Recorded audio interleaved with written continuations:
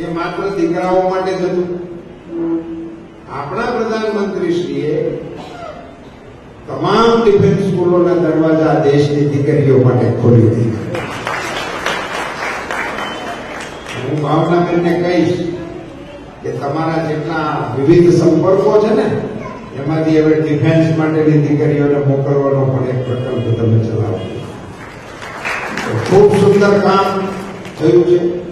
તમે કદાચ 26મી જાન્યુઆરીની પરેડ જોઈએ છે. આ વખતે ન જોઈ હોય તો બેનો એક વખત ફરીથી એને મીડિયાના માધ્યમથી જોઈ લેજો. અદભુત પરેડ. આઝાદી પછી પહેલી વખત આખી પરેડનું નેતૃત્વ આ દેશની માતાઓ કરતી. આખી પરેડ. સાધારણ નાના મોટા માર્ચ કે બેન્ડ એ તો સમજી શકાય, પણ જેટ જેને ઉડાડ્યું એના પાયલોટની નામની ઘોષણા થઈ હતી પણ આપણી બેન હતી. એ જેટ પાયલોટ ઉડાડ્યું. એટલે આવી બધી અદભુત કામકાજ ની અંદર બહેનોને જે પ્રમોશન મળી રહ્યું છે. અહીંયા આત્મનિર્ભર બહેનોની પ્રવૃત્તિ અંગે ભાવનાબેન બોલતા હતા. સેલ્ફ હેલ્પ ગ્રુપ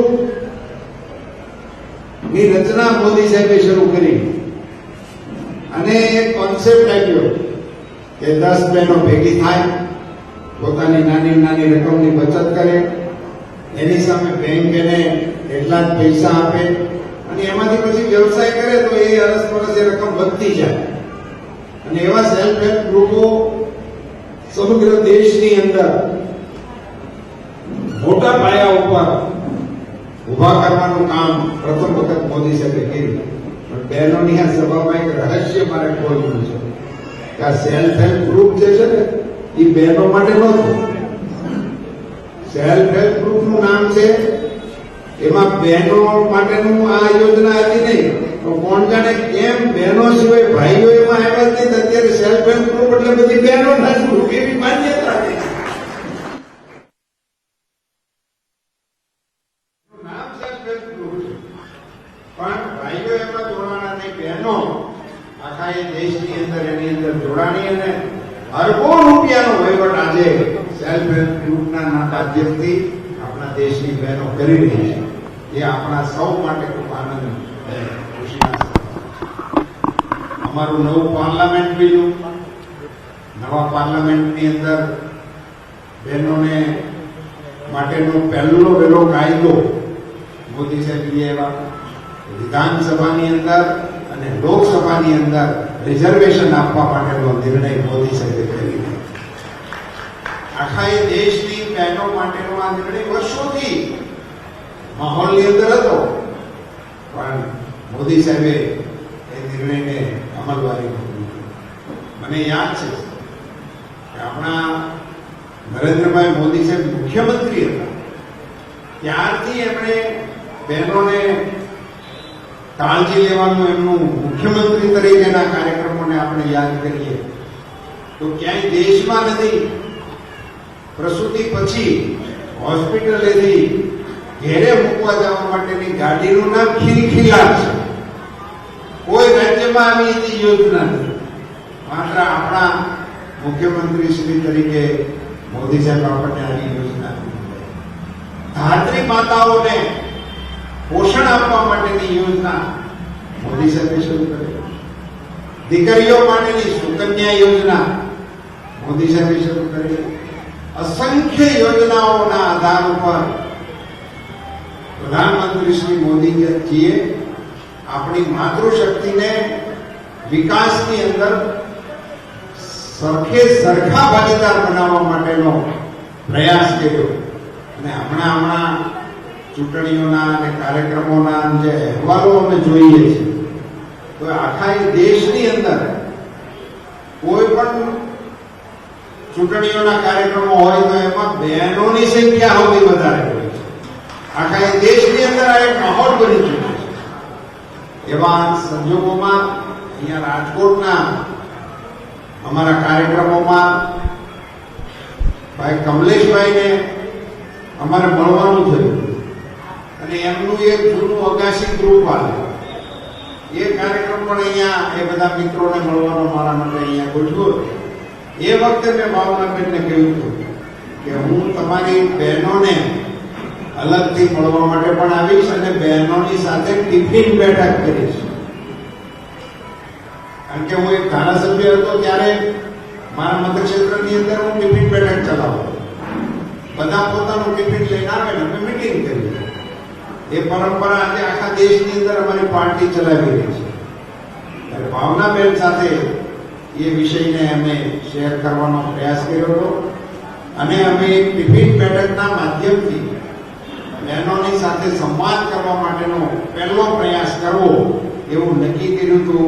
એના શ્રી ગણેશ કરાવવા માટે પણ તમારો હું આભાર માનું છું અને તમને અભિનંદન આપું છું.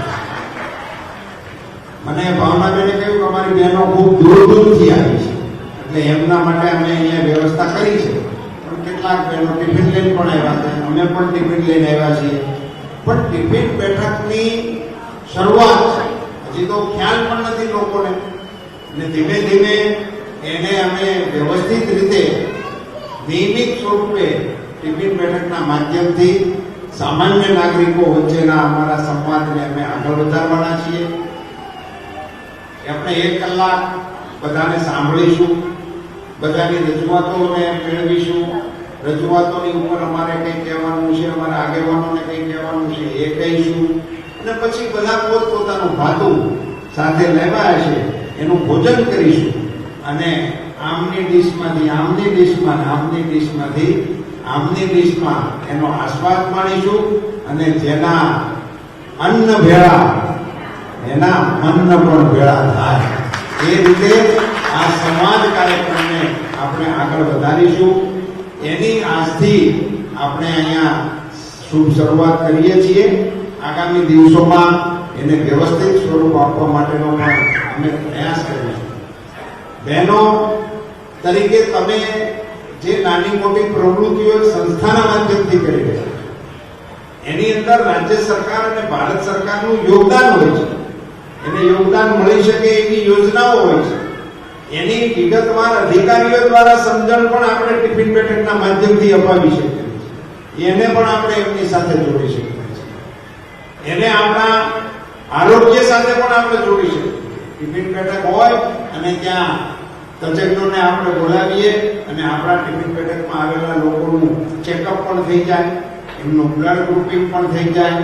એવી નાની મોટી કડીઓને પણ આપણે ટિફિન બેઠકની સાથે જોડી શકીએ. વ્યક્તિ વિશેષોને પણ આપણે લાવીએ જેને સાંભળવા ગમે, જેની પાસેથી કંઈક જાણવાનું મળે એવા લોકોને પણ આપણે ટિફિન બેઠકનો હિસ્સો બનાવી શકીએ અને એમના માધ્યમથી પણ આપણે આગળ વધી શકીએ. જ્યાં જ્યાં આપણે ટિફિન બેઠક થશે ત્યાં જ્યાં આપણે વૃક્ષ વાવવા માટેનો પ્રયાસ કરીશું. તેનું સંભાળનું રહે.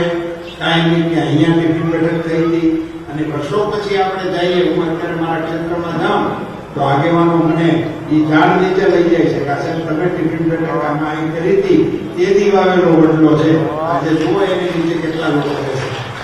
આવી બધી પ્રવૃત્તિઓ માત્ર રાજકીય પ્રવૃત્તિઓ કરવાનો એમાં આશય નથી. જરૂર લોકોના પ્રશ્નોને સાંભળીશું. મળવા માટેનું ઉત્તમ માધ્યમ.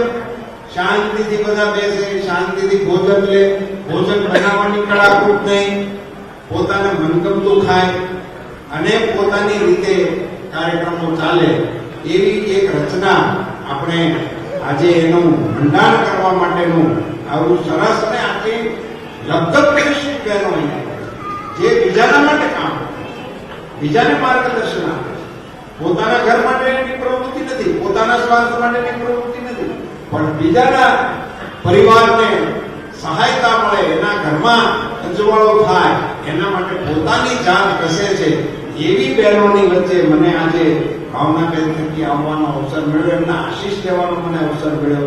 એ માટે હું આપ સૌનો આભાર પણ માનું છું, આપ સૌને ધન્યવાદ પણ પાઠવું છું. આપ સૌ જાણો છો તે પ્રમાણે આગામી દિવસોમાં મહિલા શક્તિ આપણી સૌ સાથે મળીને આપણે પણ રાષ્ટ્રના વિકાસમાં અગ્રેસર ભૂમિકા ભજવવા માટેની તૈયારીઓ કરીએ.